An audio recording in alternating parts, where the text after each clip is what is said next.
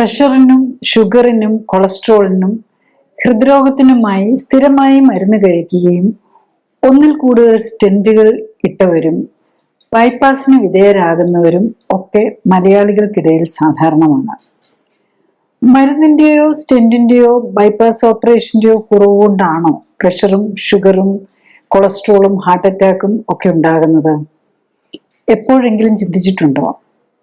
അല്ല എന്ന് നമുക്കെല്ലാം അറിയാം. പിന്നെന്തിനാണ് ഈ രോഗങ്ങൾക്കായി നമ്മൾ ജീവിതകാലം മുഴുവൻ മരുന്ന് കഴിക്കുന്നത്? എന്തുകൊണ്ടാണ് മരുന്നോ ഓപ്പറേഷനോ കൊണ്ട് ഇത്തരം രോഗങ്ങൾ ചികിത്സിച്ചു മാറ്റാനാകാത്തത്? മരുന്നുകൾ കിഡ്നിയുടെയും കരളിന്റെയും ജോലിഭാരം കൂട്ടും എന്ന് നമുക്കറിയാം. എന്നാലും കിഡ്നി രോഗിയും കരൾ രോഗിയും ഒക്കെ പലതരം മരുന്നുകളാണ് കഴിക്കുന്നത്. അതിൽ ശാസ്ത്രം എന്താണ്? ഇന്നത്തെ ചികിത്സാ രീതിയിൽ മാറ്റം അനിവാര്യമല്ലേ? എപ്പോഴെങ്കിലും ചിന്തിച്ചിട്ടുണ്ടോ? ഹാർട്ട് അറ്റാക്ക് വരാൻ സാധ്യതയുണ്ടോ എന്ന് എങ്ങനെ പരിശോധനകളിലൂടെ കണ്ടുപിടിക്കാം? പരിശോധനയിൽ ഹാർട്ട് അറ്റാക്കിന് സാധ്യത കണ്ടാൽ എന്ത് ചെയ്യണം? മരുന്നുകളുടെയും ആൻജിയോഗ്രാഫി, ആൻജിയോപ്ലാസ്റ്റി, ബൈപ്പാസ് തുടങ്ങിയ ഓപ്പറേഷനുകളുടെയും അപകട സാധ്യത എന്തൊക്കെയാണ്? ഹാർട്ട് അറ്റാക്കിൽ നിന്നും രക്ഷപ്പെട്ടവർക്ക് സ്റ്റെന്റും ബൈപ്പാസും പോലുള്ള ഓപ്പറേഷനുകൾ ചെയ്താൽ വീണ്ടും ഹാർട്ട് അറ്റാക്ക് വരാനുള്ള സാധ്യത കുറയുമോ? ഇത്തരം ഓപ്പറേഷനുകൾ ചെയ്യാതിരുന്നാൽ ഹാർട്ട് അറ്റാക്ക് മൂലമുള്ള മരണസാധ്യത കൂടുമോ? ജീവിതശൈലി ഉത്തമമാക്കുന്നതിലൂടെ രക്തക്കുഴലുകളിലെ ബ്ലോക്കുകൾ മാറ്റി ഹൃദയത്തിന്റെ ആരോഗ്യം വീണ്ടെടുക്കാനും ജീവിതശൈലി രോഗങ്ങൾക്കായി കഴിക്കുന്ന മരുന്നുകൾ കുറച്ചു കൊണ്ടുവന്ന് നിർത്താനും എങ്ങനെ സാധിക്കും? ഹാർട്ട് അറ്റാക്ക് വന്നവർക്ക് വീണ്ടും അറ്റാക്ക് ആവർത്തിക്കാതിരിക്കാൻ എന്ത് ചെയ്യണം? ഒരു ഹെൽത്ത് ടിപ്പ് തരിക എന്നതിനുപരി ഈ രോഗത്തിന്റെ കാരണങ്ങളെയും രോഗം നേരത്തെ കണ്ടെത്താനുള്ള മാർഗങ്ങളെയും രോഗം ശരീരത്തെ എത്രമാത്രം ബാധിച്ചു എന്ന് മനസ്സിലാക്കാനുള്ള പരിശോധനാ രീതികളെയും മോഡേൺ മെഡിസിനിൽ ലഭ്യമായ ചികിത്സാ രീതികളെയും അവയുടെ ഗുണദോഷങ്ങളെയും പരിമിതികളെയും കുറിച്ച് അറിവ് നൽകുകയും ഒപ്പം തന്നെ ജീവിതശൈലിയുമായി ഈ രോഗങ്ങൾക്കുള്ള ബന്ധവും ജീവിതശൈലി ക്രമപ്പെടുത്തുന്നതിലൂടെ രോഗപ്രതിരോധവും രോഗമുക്തിയും എങ്ങനെ സാധ്യമാക്കാം എന്നും മനസ്സിലാക്കാൻ സഹായിക്കുക എന്നതാണ് ഇതിലൂടെ ലക്ഷ്യമിടുന്നത്. അതിനാൽ വീഡിയോ കുറച്ച് നീണ്ടുപോകാം. കൂടുതലായി ഈ രോഗത്തെ, അത് എങ്ങനെയാണ് ആരോഗ്യത്തെ പ്രതികൂലമായി ബാധിക്കുന്നത് എന്നറിയാനും മനസ്സിലാക്കി അതിൽ നിന്ന് മോചനം നേടാനും ആഗ്രഹിക്കുന്നവർക്ക് വേണ്ടിയാണിത്. മരുന്ന് കഴിച്ചുകൊണ്ടിരിക്കുന്ന രോഗികൾ പരിശോധനകൾ നടത്തി ഡോക്ടറുടെ നിർദ്ദേശപ്രകാരം മാത്രമേ മരുന്നുകൾ കുറയ്ക്കുകയോ നിർത്തുകയോ ചെയ്യാവൂ എന്ന കാര്യം പ്രത്യേകം ഓർമ്മിക്കണം. ഹാർട്ട് അറ്റാക്കിലേക്ക് നയിക്കുന്ന ഒരു പ്രധാന കാരണം അമിത രക്തസമ്മർദ്ദമാണ്. ഭക്ഷണത്തിലെ അമിത ഊർജവും വ്യായാമക്കുറവും മൂലം ശരീരത്തിലടിഞ്ഞ കൊഴുപ്പ് ഉണ്ടാക്കുന്ന ഹോർമോൺ വ്യതിയാനങ്ങളാണ് അമിത രക്തസമ്മർദ്ദത്തിന്റെ ഒരു പ്രധാന കാരണം. മോഡേൺ ഭക്ഷണത്തിലെ സോഡിയത്തിന്റെ കൂടുതലും പൊട്ടാസ്യത്തിന്റെ കുറവുമാണ് പ്രഷർ കൂട്ടുന്ന മറ്റൊരു പ്രധാന ഘടകം. ഇത് പ്രഷർ കൂട്ടുക മാത്രമല്ല, മാനസിക പിരിമുറുക്കവും ടെൻഷനും ഇറിറ്റബിലിറ്റിയും ഒക്കെ കൂടാനും ഇടയാക്കും. അമിത സോഡിയവും പൊട്ടാസ്യത്തിന്റെ കുറവും നെർവ് കോശങ്ങളുടെ പ്രവർത്തനത്തിൽ ഉണ്ടാക്കുന്ന സ്ട്രെസ് ഹൃദയമിടിപ്പിന്റെ താളം തെറ്റാനും കാരണമാകും. ഹൃദയമിടിപ്പിലെ താളം തെറ്റൽ ഹൃദയത്തിൽ രക്തക്കെട്ടുകൾ ഉണ്ടാക്കാൻ ഇടയാക്കും. ഈ രക്തക്കെട്ട ഹൃദയധമനിയിൽ എത്താൻ ഇടയായാൽ ഹാർട്ട് അറ്റാക്കും, ബ്രെയിനിലെത്തിയാൽ സ്ട്രോക്കും, ശ്വാസകോശത്തിൽ എത്തിയാൽ ശ്വാസമുട്ടലും, കുടലിലാണെങ്കിൽ വയറുവേദനയും, കാലിലാണെങ്കിൽ കാലിൽ നീർക്കെട്ടും വേദനയും ഉണ്ടാവും. അങ്ങനെ ഏത് അവയവത്തിലെ രക്തക്കുഴലിലാണോ രക്തക്കെട്ട എത്തി അതിനെ അടയ്ക്കുന്നത് അതനുസരിച്ചായിരിക്കും രോഗലക്ഷണങ്ങൾ.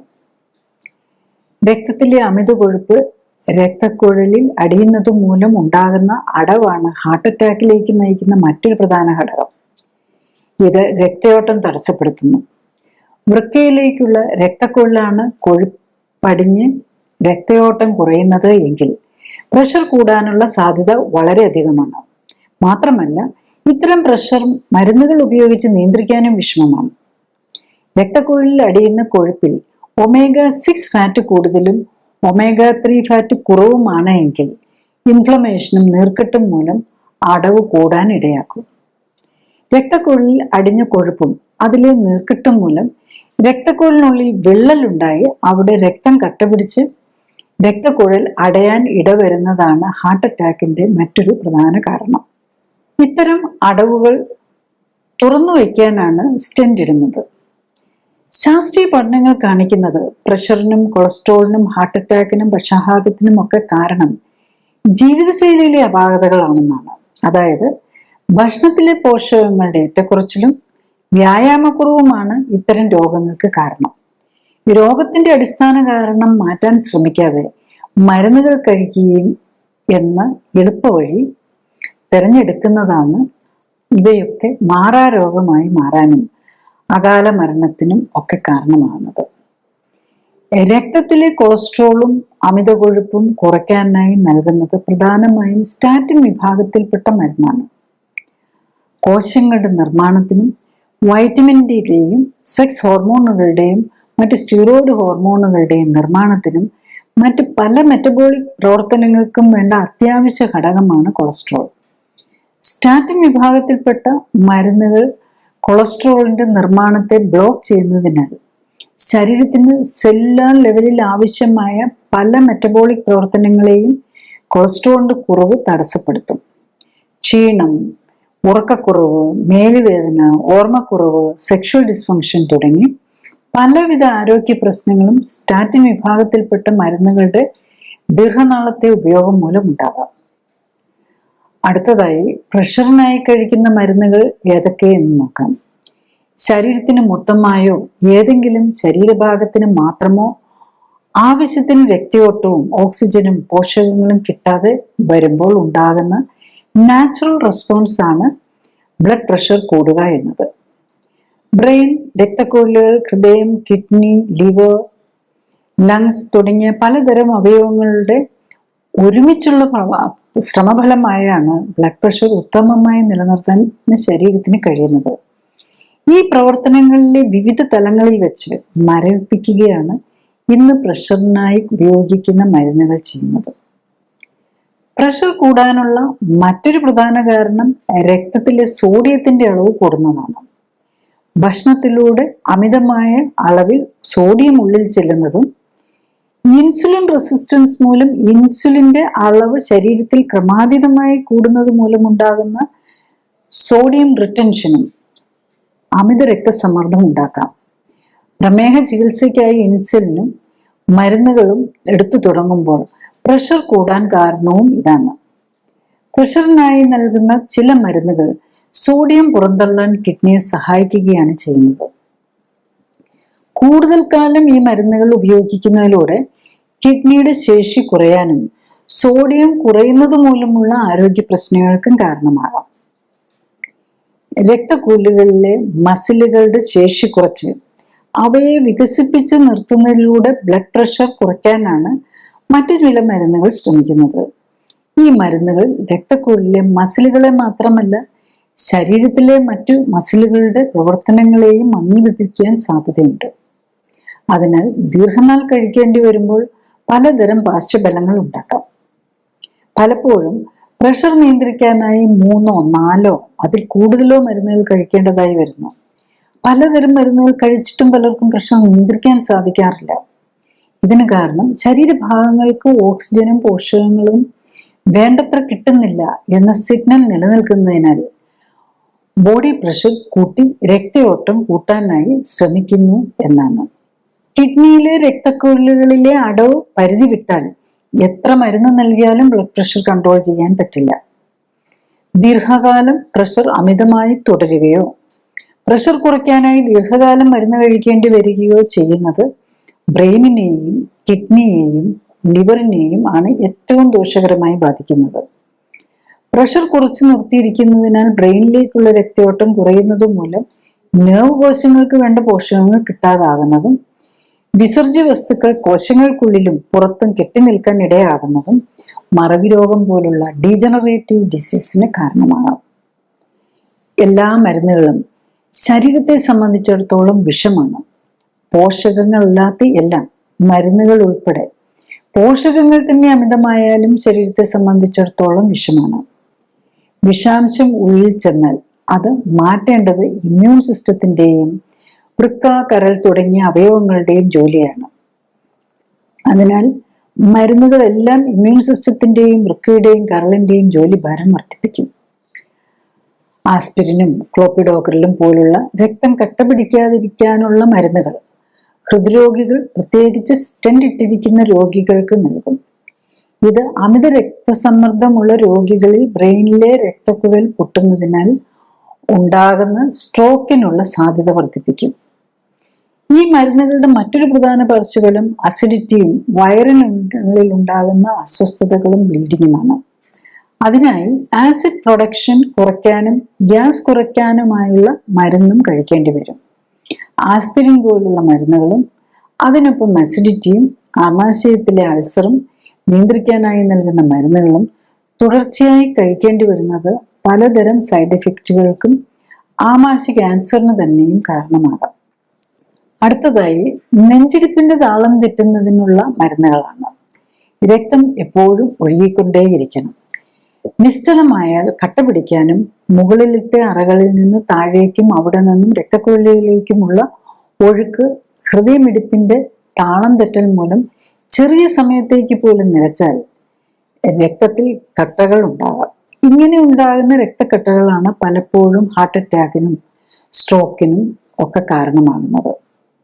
നെർവ് കോശങ്ങളുടെ പ്രവർത്തനത്തിന് ആധാരമായ ഇലക്ട്രിക്കൽ ട്രാൻസ്മിഷൻ സാധ്യമാകുന്നത് സോഡിയവും പൊട്ടാസ്യവും നെർവ് കോശങ്ങൾക്കുള്ളിലേക്കും പുറത്തേക്കും മൂവ് ചെയ്യുന്നതനുസരിച്ചാണ്. മസിൽ കോശങ്ങളുടെ പ്രവർത്തനം കാൽസ്യത്തിന്റെ മൂവ്മെന്റിനെ ആശ്രയിച്ചാണ്. ഈ മൂവ്മെന്റ് ബ്ലോക്ക് ചെയ്യാനായി sodium channel blocker, potassium channel blocker, calcium channel blocker, beta blocker, cardiac glycosides തുടങ്ങിയ മരുന്നുകളാണ് ചികിത്സയ്ക്കായി ഉപയോഗിക്കുന്നത്. ഹൃദയത്തിന് ബ്രെയിനിൽ നിന്നും ഉള്ള നെർവുകൾ കൂടാതെ സ്വന്തമായ ഒരു ബ്രെയിനും നെർവ് സിസ്റ്റവും ഉണ്ട്. അതിലെ ഇലക്ട്രിക്കൽ ആക്ടിവിറ്റിയിൽ ഉണ്ടാകുന്ന വ്യതിയാനങ്ങൾ മനസ്സിലാക്കി ഹൃദയത്തിന്റെ പ്രവർത്തനത്തെ വിലയിരുത്തുകയാണ് ഹൃദ്രോഗമോ ഹാർട്ട് അറ്റാക്കോ ഉണ്ടോ എന്നറിയാൻ ചെയ്യുന്ന ECG ടെസ്റ്റിലൂടെ. ഹൃദയത്തിന്റെ പ്രവർത്തനങ്ങളെ നിയന്ത്രിക്കുന്ന ഈ ബ്രെയിനിനെയാണ് പേസ് മേക്കർ എന്ന് വിളിക്കുന്നത്. അത് കേടായി ഹൃദയമിടിപ്പ് തീരെ കുറയുന്നവർക്കാണ് കൃത്രിമ പേസ് മേക്കർ വെക്കേണ്ടി വരുന്നത്. കൊളാജൻ എന്ന പ്രത്യേകതരം പ്രോട്ടീൻ കവചം കൊണ്ട് ഇൻസുലേറ്റ് ചെയ്താണ് പേസ് മേക്കറിനെയും നെർവുകളെയും വെച്ചിരിക്കുന്നത്. അതായത് ഹാർട്ടിനുള്ളിലെ കാർഡിയാക് സ്കെലറ്റിനുള്ളിൽ വളരെ പ്രൊട്ടക്റ്റഡ് ആയിട്ടാണ് പേസ് മേക്കറും നെർവുകളും ഇരിക്കുന്നത്. ഹൃദയത്തിലെ ഈ നെർവ് സിസ്റ്റത്തിനും അതിൻ്റെ ഇൻസുലേഷനിലും ഉണ്ടാകുന്ന തകരാറുകൾ ഹൃദയത്തിന്റെ പ്രവർത്തനത്തെ പ്രതികൂലമായി ബാധിക്കുന്നത് ഹാർട്ട് അറ്റാക്കിനും സ്ട്രോക്കിനും കാരണമാകും. പ്രതിരോധശേഷിയിലെ അപാകതകൾ മൂലം ഉണ്ടാകുന്ന ഓട്ടോ ഇമ്മ്യൂൺ പ്രവർത്തനങ്ങളാണ് ഹൃദയത്തിന്റെ താളം തെറ്റലിനും മറ്റൊരു പ്രധാന കാരണം. മാനസിക രോഗങ്ങൾക്കായും BP കുറയ്ക്കാനും ഹൃദ്രോഗത്തിനും ക്യാൻസറിനും ഒക്കെ നൽകുന്ന പല മരുന്നുകളും ഹൃദയമിടിപ്പിൽ വ്യതിയാനങ്ങൾ വരുത്താം. അതിനാൽ ഇത്തരം മരുന്നുകൾ കഴിക്കുന്നവർ മരുന്നുകളുടെ പാർശ്വഫലത്തെക്കുറിച്ചും വ്യക്തതയോടെ മനസ്സിലാക്കേണ്ടത് ആവശ്യമാണ്. ഹൃദയത്തിന്റെ താളം തെറ്റൽ കറക്റ്റ് ചെയ്യാനായി നൽകുന്ന മരുന്നുകളുടെ പ്രധാന പാർശ്വഫലവും ഹാർട്ട് അറ്റാക്കും സ്ട്രോക്കും ഹാർട്ട് ഫെയിലിയറും ഒക്കെയാണ് എന്നത് രോഗികളും ബന്ധുക്കളും അറിയണം. എങ്കിൽ മാത്രമേ പാർശ്വഫലങ്ങൾ തിരിച്ചറിയാനും അപകടങ്ങൾ ഒഴിവാക്കാനും ആകും. എക്സ്റേയും മറ്റ് റേഡിയോ ആക്റ്റീവ് റേസും ഉപയോഗിച്ച് ചെയ്യുന്ന ടെസ്റ്റുകളും fluoroscopy, CT scan, DEXA scan, angiography തുടങ്ങിയവയും കഴിവതും ഒഴിവാക്കണം. റേഡിയോ ആക്ടിവിറ്റിയുടെ അളവനുസരിച്ച് ഭാവിയിൽ ക്യാൻസർ വരാനുള്ള സാധ്യത കൂടും. അതുപോലെ തന്നെ സ്കാൻ സമയത്തും ആൻജിയോഗ്രാം, ആൻജിയോപ്ലാസ്റ്റി തുടങ്ങിയ സമയങ്ങളിലും എടുക്കുന്ന ഇഞ്ചക്ഷനും അപകടം ഉണ്ടാക്കാം. ഇത്തരം റേഡിയോ ഒപ്പേക് ഡൈ ഇഞ്ചക്ഷൻ നൽകുന്നത് ബ്ലോക്ക് മാറ്റാനുള്ള മരുന്നായിട്ടല്ല, ബ്ലോക്ക് ഉണ്ടോ എന്ന് സ്കാനിലൂടെയും ഫ്ലൂറോസ്കോപ്പിയിലൂടെയും അറിയാനായി മാത്രമാണ്. ചിലരിൽ സീരിയസ് അലർജിക്കും കോംപ്ലിക്കേഷനുകൾക്കും ഇത് കാരണമാകാം. ഇത്തരം ഡൈ ഇഞ്ചക്ഷന്റെ മറ്റൊരു പ്രധാന അപകടം കിഡ്നിക്കുണ്ടാകാവുന്ന ഡാമേജ് ആണ്. വൃക്കയുടെ പ്രവർത്തനം കുറച്ചുള്ളവരിൽ ഇത് വൃക്കയുടെ പ്രവർത്തനം പെട്ടെന്ന് കുറയാൻ ഇടയാക്കാം. ശരീരപരിശോധനകളോ രക്തപരിശോധനകളോ അൾട്രാസൗണ്ട് സ്കാനോ ശരീരത്തിന് ദോഷമുണ്ടാക്കില്ല. അതിനാൽ രോഗം അവയവങ്ങളെ എത്രമാത്രം ബാധിച്ചിട്ടുണ്ട് എന്നറിയാനും ചികിത്സ എത്രമാത്രം ഗുണം ചെയ്യുന്നു എന്നറിയാനും ഇത്തരം പരിശോധനകൾ ഉപയോഗിക്കാം. പ്രമേഹവും പ്രഷറും കൊളസ്ട്രോളും അമിതവണ്ണവും ഒക്കെയുള്ള രോഗികൾക്കാണ് ഹൃദയ രക്തക്കുഴലിൽ അടവുണ്ടാകുന്നത്. ഈ രോഗങ്ങളും അവയ്ക്കായി കഴിക്കുന്ന മരുന്നുകളും വൃക്കയുടെ പ്രവർത്തന ശേഷിയെ ബാധിക്കാനുള്ള സാധ്യതയുണ്ട്. അതിനാൽ ഇത്തരം രോഗികൾ മരുന്ന് ഇഞ്ചക്ട് ചെയ്ത് എടുക്കുന്ന സ്കാനുകൾക്കും ആൻജിയോഗ്രാമിനും മുൻപ് വൃക്കയുടെ പ്രവർത്തനശേഷി വിലയിരുത്തണം. വൃക്കയുടെ പ്രവർത്തനശേഷി അറിയാനായി സാധാരണ രക്തത്തിലെ ക്രിയാറ്റിൻ ലെവലാണ് നോക്കുന്നത്. വൃക്കയുടെ പ്രവർത്തനശേഷി തീരെ കുറഞ്ഞ് GFR 40 താഴെ എത്തുമ്പോൾ മാത്രമേ ക്രിയാറ്റിൻ പതുക്കെ കൂടി തുടങ്ങുകയുള്ളൂ. വൃക്കയുടെ പ്രവർത്തനശേഷിയിൽ കുറവുണ്ടോ എന്നറിയാനായി GFR ടെസ്റ്റാണ് നോക്കേണ്ടത്. GFR 90 താഴെ എത്തിയാൽ വൃക്കയുടെ പ്രവർത്തനത്തിൽ കുറവ് വന്നു എന്ന് മനസ്സിലാക്കാം. GFR 40 താഴെ എത്തുമ്പോഴാണ് ക്രിയാറ്റിൻ നോർമലിലും കൂടുക. GFR 15 താഴെ എത്തുമ്പോഴാണ് ഡയാലിസിസിനും വൃക്ക മാറ്റിവെക്കലും ഒക്കെ വേണ്ടി വരുന്നത്. മരുന്ന് ഇഞ്ചക്ട് ചെയ്ത ശേഷം എടുക്കുന്ന സ്കാനുകൾക്കും ആൻജിയോഗ്രാമിനും ആൻജിയോപ്ലാസ്റ്റിക്കും മുമ്പ് തീർച്ചയായും GFR ടെസ്റ്റ് ചെയ്യുകയും GFR കുറഞ്ഞ് തുടങ്ങിയിട്ടുണ്ടെങ്കിൽ അത്തരം പരിശോധനകളും ഓപ്പറേഷനുകളും ഒഴിവാക്കാനും ശ്രമിക്കണം. രക്തക്കുഴലുകളിൽ ഉണ്ടാകുന്ന അടവ് തുറക്കാനായി ബലൂൺ ഉപയോഗിച്ച് ആ ഭാഗം വികസിപ്പിക്കുകയും വീണ്ടും അടഞ്ഞു പോകാതിരിക്കാനായി സ്റ്റെന്റ് അഥവാ മെറ്റൽ മെഷ് വയ്ക്കുകയും ചെയ്യുന്ന ഓപ്പറേഷനാണ് ആൻജിയോപ്ലാസ്റ്റി. ബ്ലോക്ക് കണ്ടുപിടിക്കാനായി ചെയ്യുന്ന ആൻജിയോഗ്രാമിലും സ്റ്റെന്റ് ഇടുന്ന ആൻജിയോപ്ലാസ്റ്റിയിലും ഫ്ലൂറോസ്കോപ്പി ഉപയോഗിക്കുന്നതിനാൽ റേഡിയേഷൻ വളരെ കൂടുതലായി ഏൽക്കേണ്ടി വരും. കൂടാതെ ഡൈ ഇഞ്ചക്ഷൻ എടുക്കേണ്ടി വരുന്നതിനാലുള്ള അപകട സാധ്യതയുമുണ്ട്. സ്റ്റെന്റ് ഇടുന്നതിനാലുള്ള ഏറ്റവും പ്രധാന പ്രശ്നം അതിൻ്റെ ചുറ്റും രക്തം കട്ടപിടിക്കാനുള്ള സാധ്യതയാണ്. രക്തം കട്ടപിടിക്കാതിരിക്കാനുള്ള ആസ്പിരിൻ, ക്ലോപ്പിഡോഗ്രൽ തുടങ്ങിയ മരുന്നുകൾ ദീർഘകാലം കഴിക്കേണ്ടി വരും. ഈ മരുന്നുകൾ മൂലം ഉണ്ടാകുന്ന അസിഡിറ്റിയും അസ്വസ്ഥതകളും കുറയ്ക്കാനായി കഴിക്കുന്ന മരുന്നുകളും പല ആരോഗ്യ പ്രശ്നങ്ങൾക്കും കാരണമാകാം. ഒരിക്കൽ സ്റ്റെന്റ് ഇട്ട ആൾക്ക് വീണ്ടും ഇടേണ്ടി വരാറുണ്ട്. ഫോറിൻ വസ്തുവായ സ്റ്റെന്റിനെതിരെ ഉണ്ടാകുന്ന ശരീരത്തിന്റെ പ്രതിരോധ പ്രവർത്തനങ്ങൾ മൂലം രക്തക്കുഴൽ ചുരുങ്ങി വീണ്ടും അടയാനുള്ള സാധ്യതയുണ്ട്. ഇതിനായി ഇൻഫ്ലമേഷൻ കുറയ്ക്കാനുള്ള മരുന്ന് പുരട്ടിയ സ്റ്റെന്റുകൾ ആണ് ഇന്ന് കൂടുതലായി ഉപയോഗിക്കുന്നത്. ക്യാൻസർ ചികിത്സയ്ക്കായി ഉപയോഗിക്കുന്ന ചില മരുന്നുകളാണ് ഡ്രഗ് എലൂറ്റിൻ സ്റ്റെന്റുകളിൽ ഉപയോഗിക്കുന്നത്. നല്ല പ്രഷറിലും സ്പീഡിലും രക്തമൊഴുകുമ്പോൾ എത്ര കാലം ഈ മരുന്നുകൾക്ക് അതിൽ നിലനിൽക്കാനാകും എന്നതാണ് പ്രശ്നം. തനിയെ അലിഞ്ഞു പോകുന്ന സ്റ്റെന്റുകൾ ചില കമ്പനികൾ വികസിച്ചുവെങ്കിലും പാർശ്വഫലങ്ങൾ മൂലം പിൻവലിക്കേണ്ടി വന്നു. ബൈപ്പാസ് ഓപ്പറേഷനെ അപേക്ഷിച്ച് ആൻജിയോപ്ലാസ്റ്റിയിൽ മുറിവ്, വേദന, ഓപ്പറേഷനുമായി ബന്ധപ്പെട്ട അപകട സാധ്യതകൾ തുടങ്ങിയവ കുറവാണ്.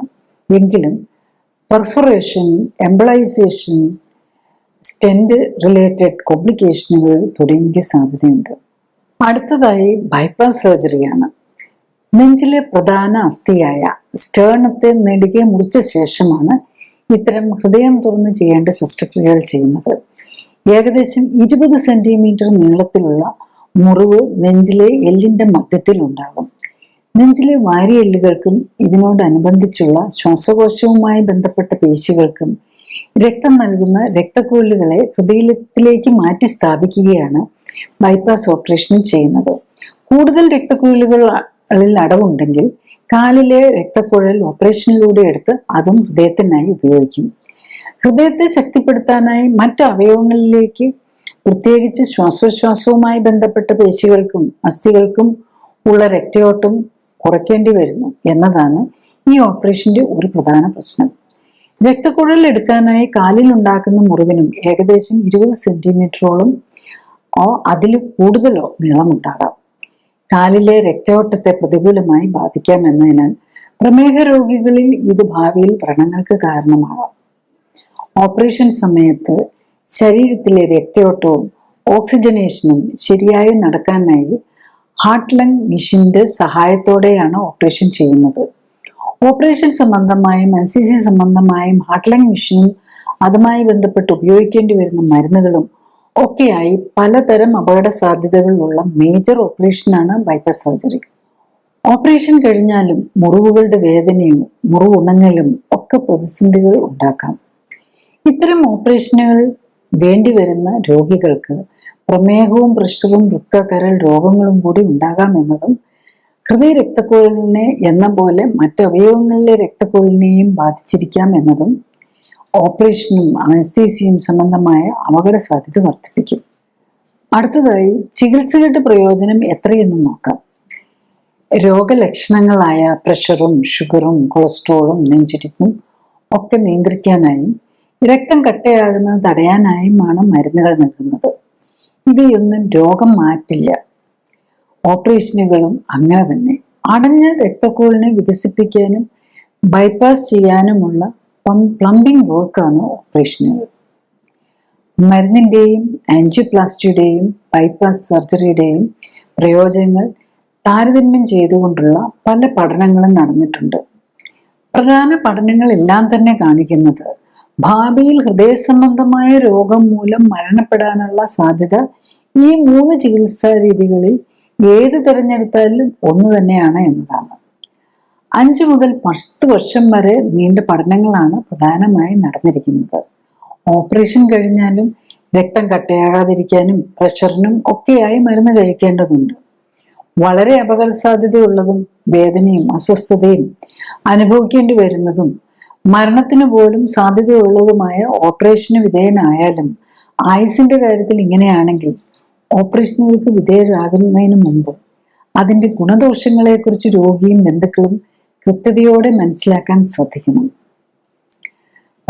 മരുന്ന് കഴിച്ചാലും സ്റ്റെന്റ് ഇട്ടാലും ബൈപ്പാസ് ചെയ്താലും ആയുസ് നീട്ടി കിട്ടണമെങ്കിൽ ജീവിതശൈലി ക്രമീകരണത്തിലൂടെ മാത്രമേ സാധിക്കൂ. അടിസ്ഥാന കാരണമായ ജീവിതശൈലിയിലെ അപാകതകൾ കണ്ടെത്തി പരിഹരിക്കാൻ ശ്രമിച്ചാൽ അപകട സാധ്യതയും വേദനയും പണച്ചിലവുമുള്ള ഓപ്പറേഷനുകളും ജീവിതകാലം മുഴുവൻ നീളുന്ന മരുന്ന് കഴിക്കലും ഒഴിവാക്കാവുന്നതേയുള്ളൂ.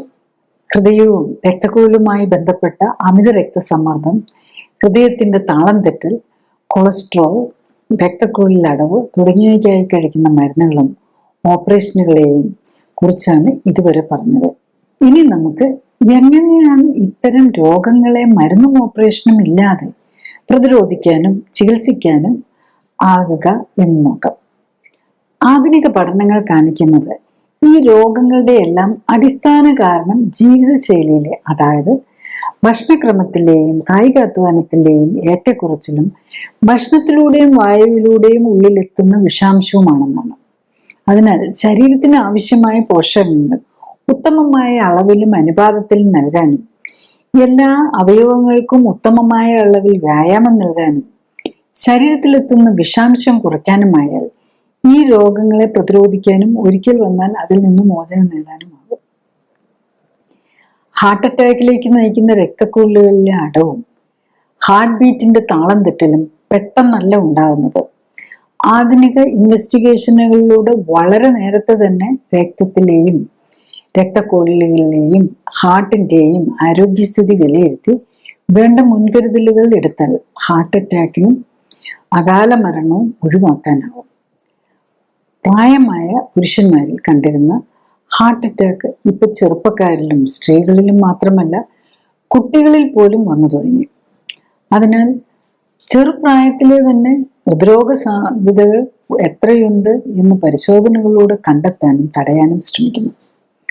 ശരീര പരിശോധനയും രക്തപരിശോധനയും വഴി ഹൃദയത്തിന്റെയും രക്തക്കുഴലുകളുടെയും രോഗാവസ്ഥ തുടക്കത്തിൽ തന്നെ കണ്ടെത്താനും രോഗം മൂർച്ഛിച്ചു തുടങ്ങുമ്പോൾ മാത്രമാണ് സ്കാനിങ്ങിലും ആൻജിയോഗ്രാഫിയിലും ഒക്കെ ബ്ലോക്കുകളും ഹൃദയത്തിന്റെ പമ്പിങ്ങിലെ കുറവും ഒക്കെ കാണുക. അതിനു മുമ്പേ കണ്ടെത്തി പരിഹരിക്കുകയാണ് വേണ്ടത്. ആദ്യമായി വേണ്ടത് ശരീര പരിശോധനയാണ്. 3 കാര്യങ്ങളാണ് പ്രധാനമായും നോക്കേണ്ടത്. 1 തൂക്കം, 2 ബ്ലഡ് പ്രഷർ, 3 കൊഴുപ്പിന്റെ അളവ്. ഇവ 3ഉം പരിധിയിൽ കൂടുന്നത് ഹാർട്ട് അറ്റാക്കിന്റെ സാധ്യത വർദ്ധിപ്പിക്കും. പൊക്കം, തൂക്കം, വയറിന്റെയും മറ്റ് ശരീരഭാഗങ്ങളുടെയും ചുറ്റളവ്, ത്വക്കിനടിയിലെ കൊഴുപ്പിന്റെ കട്ടിപ്പ് എന്നിവയിലൂടെ ശരീരത്തിലെ കൊഴുപ്പിന്റെ അളവ് മനസ്സിലാക്കാനാകും. ഒപ്പം തന്നെ ശരീരത്തിനുണ്ടാകേണ്ട ഉത്തമ തൂക്കവും അളവുകളും കണ്ടെത്താനുമാകും. ശരീരത്തിൽ അമിതമായി കൊഴുപ്പുണ്ടോ എന്നും പൊക്കം, ജോലി, പാരമ്പര്യം എന്നീ ഘടകങ്ങൾ അനുസരിച്ച് എത്ര തൂക്കം വരെ ആകാമെന്നും കണ്ടുപിടിച്ച് അതിലേക്ക് എത്താനും നിലനിർത്താനും ശ്രമിക്കുക എന്നതാണ് ആരോഗ്യത്തിലേക്കുള്ള എളുപ്പവഴി. എത്ര നേരത്തെ തുടങ്ങുന്നു അത്രയും നല്ലത്. നെഞ്ചിനുള്ളിലും വയറിനുള്ളിലും അടിഞ്ഞിരിക്കുന്ന കൊഴുപ്പാണ് ഹാർട്ടിനെ ദോഷകരമായി ബാധിക്കുന്നത്. ശരീരത്തിൽ അടിഞ്ഞിരിക്കുന്ന കൊഴുപ്പ് എത്രയെന്നും എവിടേക്ക് എത്ര കൊഴുപ്പുണ്ട് എന്നും വ്യക്തതയോടെ അറിയാൻ ഇന്ന് പ്രത്യേക സ്കാനിംഗ് രീതികളുണ്ട്. അടുത്തതായി വേണ്ടത് രക്തപരിശോധനകളാണ്. ഇതിൽ രക്തത്തിലെ കോശങ്ങളുടെ എണ്ണത്തിലും ഘടനയിലും ഉണ്ടാകുന്ന വ്യത്യാസങ്ങളും രക്തത്തിൽ അലിഞ്ഞു ചേർന്നിരിക്കുന്ന രാസവസ്തുക്കളുടെയും പോഷകങ്ങളുടെയും വിഷവസ്തുക്കളുടെയും അളവും ഒക്കെപ്പെടും. ഈ പരിശോധനകളിലൂടെ ഇമ്മ്യൂൺ സിസ്റ്റത്തിന്റെ പ്രവർത്തനങ്ങളും പോഷകങ്ങളുടെ ഏറ്റക്കുറച്ചിലും വിഷാംശത്തിന്റെ അളവും കണ്ടെത്താനാവും. CIMT സ്കാൻ അഥവാ കരോട്ടിഡ് ഇൻറ്റിമം മീഡിയ തിക്നെസ് സ്കാൻ എന്നത് കഴുത്തിലെ രക്തക്കുഴലുകളിൽ അടിഞ്ഞിരിക്കുന്ന കൊഴുപ്പിന്റെ അളവ് അറിയാനുള്ള അൾട്രാസൗണ്ട് സ്കാൻ പരിശോധനയാണ്. ഈ പരിശോധനയിലൂടെ തുടക്കത്തിലെ തന്നെ രക്തക്കുഴലിൽ എത്ര കൊഴുപ്പടിഞ്ഞിരിക്കുന്നു എന്ന് കണ്ടുപിടിക്കാനാകും. അതിലൂടെ ഹാർട്ട് അറ്റാക്കിനും സ്ട്രോക്കിനും ഉള്ള സാധ്യത എത്രയെന്നും അറിയാനാകും. അടുത്തത് ചികിത്സ എങ്ങനെയാവണം എന്നതാണ്. ജീവിതശൈലിയിലെ അപാകതകളാണ് ഹാർട്ട് അറ്റാക്കിന് കാരണം. ജീവിതശൈലി മൂലം ഉണ്ടായ പ്രശ്നങ്ങൾ മരുന്നിലൂടെ പരിഹരിക്കാൻ ശ്രമിക്കുന്നതിനാലാണ് ജീവിതശൈലി രോഗങ്ങളായ ഹൃദ്രോഗവും പ്രമേഹവും പ്രഷർ, കൊളസ്ട്രോൾ തുടങ്ങിയവയ്ക്കായി ജീവിതകാലം മുഴുവൻ മരുന്ന് കഴിക്കേണ്ടതായി വരുന്നത്. ജീവിതശൈലി രോഗങ്ങളെ ജീവിതശൈലി ക്രമീകരണത്തിലൂടെ വേണം ചികിത്സിക്കാൻ. സ്വയം ജീവിതശൈലി ക്രമീകരിക്കാൻ ശ്രമിക്കുക എന്നതാണ് ആദ്യപടി. പരിശോധനയിൽ കണ്ട അപാകതകൾ പരിഹരിക്കാനും നിലനിർത്താനും കഴിയുന്നുണ്ടോ എന്ന് പരിശോധനകളിലൂടെ ഉറപ്പാക്കണം. കുറഞ്ഞത് വർഷത്തിൽ ഒരിക്കലെങ്കിലും തുടർ ചെക്കപ്പ് നടത്തി എല്ലാ പാരാമീറ്റേഴ്സും നോർമലായി നിലനിൽക്കുന്നു എന്ന് ഉറപ്പുവരുത്തണം. എളുപ്പവഴി എന്ന നിലയിൽ പ്രഷറിനും കൊളസ്ട്രോളിനും ഒക്കെ മരുന്ന് കഴിച്ചുകൊണ്ടിരുന്നാൽ അത് ജീവിതകാലം മുഴുവൻ തുടരേണ്ടി വരും എന്നത് മാത്രമല്ല, മരുന്നിന്റെ പാർശ്വഫലങ്ങൾ മൂലമുള്ള ആരോഗ്യ പ്രശ്നങ്ങൾക്കും കാലക്രമത്തിൽ ഉണ്ടാവും. കൂടാതെ കാലം ചെല്ലുന്നതനുസരിച്ച് മരുന്നുകളുടെ ഡോസും എണ്ണവും കൂട്ടേണ്ടതായും വരും. അതിനാൽ സ്വയം ജീവിതശൈലി ക്രമീകരണത്തിലൂടെ പ്രഷറും കൊളസ്ട്രോളും ഷുഗറും ഒക്കെ നിയന്ത്രിക്കാൻ സാധിച്ചില്ല എങ്കിൽ ക്ലിനിക്കൽ സപ്പോർട്ടോടെ ജീവിതശൈലി ക്രമീകരിച്ച് അപാകതകൾ പരിഹരിക്കാൻ ശ്രമിക്കുകയാണ് വേണ്ടത്. കുടുംബത്തിൽ പാരമ്പര്യമായ ഹൃദ്രോഗ സാധ്യത ഉള്ളവരും കൈകളിലും കാലിലും തരിപ്പ്, പുകച്ചിൽ, സ്റ്റെൻറ്റ് കയറുമ്പോഴും വേഗം നടക്കുമ്പോഴും കിതപ്പ്, ക്ഷീണം, നെഞ്ചിരിപ്പ് തുടങ്ങിയ ലക്ഷണങ്ങളുള്ളവരും ഹാർട്ട് അറ്റാക്ക് വരുമോ എന്ന് പേടിയുള്ളവരും ഇടയ്ക്ക് പരിശോധനകൾ നടത്തി അപാകതകൾ കണ്ട ജീവിതശൈലി ക്രമീകരിക്കാനും വീണ്ടും പരിശോധന നടത്തി നോർമലായി എന്ന് ഉറപ്പുവരുത്തുകയും ചെയ്യണം. ജീവിതശൈലി ക്രമീകരണം എന്നാൽ എന്താണ് എന്ന് മനസ്സിലാക്കുകയാണ് അടുത്ത സ്റ്റെപ്പ്. ശരീരത്തിന് ഉത്തമമായി പ്രവർത്തിക്കാൻ വേണ്ട അവസരം ഉറപ്പുവരുത്തുകയാണ് ജീവിതശൈലി ക്രമീകരണത്തിന്റെ ലക്ഷ്യം. ഇതിനായി 3 ഘടകങ്ങൾക്കാണ് ഊന്നൽ നൽകേണ്ടത്. ഒന്നാമതായി പോഷകങ്ങൾ ഉത്തമമായ അളവിൽ ശരീരത്തിന് കിട്ടുന്നു എന്ന് ഉറപ്പുവരുത്തുക. 2, ശരീരത്തിന്റെ എല്ലാ കോശങ്ങൾക്കും അവയവങ്ങൾക്കും ഉത്തമമായ അളവിൽ രക്തയോട്ടവും ഉത്തേജനവും ലഭിക്കുന്നു എന്ന് ഉറപ്പുവരുത്തുക. 3, ശരീരത്തിലെത്തുന്ന വിഷാംശത്തിന്റെ അളവ് കുറയ്ക്കാൻ ശ്രമിക്കുക. കുടവയർ ഉണ്ട് എങ്കിൽ ശരീരത്തിൽ അമിതമായി കൊഴുപ്പുണ്ട് എന്ന് അനുമാനിക്കാം. അങ്ങനെയുള്ളവർ ടമ്മി ഫ്ലാറ്റ് ആകുന്നതുവരെ ഊർജ സ്രോതസ്സുകളായ അന്നജവും കൊഴുപ്പും മധുരവും അടങ്ങിയ ഭക്ഷണം കഴിവതും ഒഴിവാക്കണം.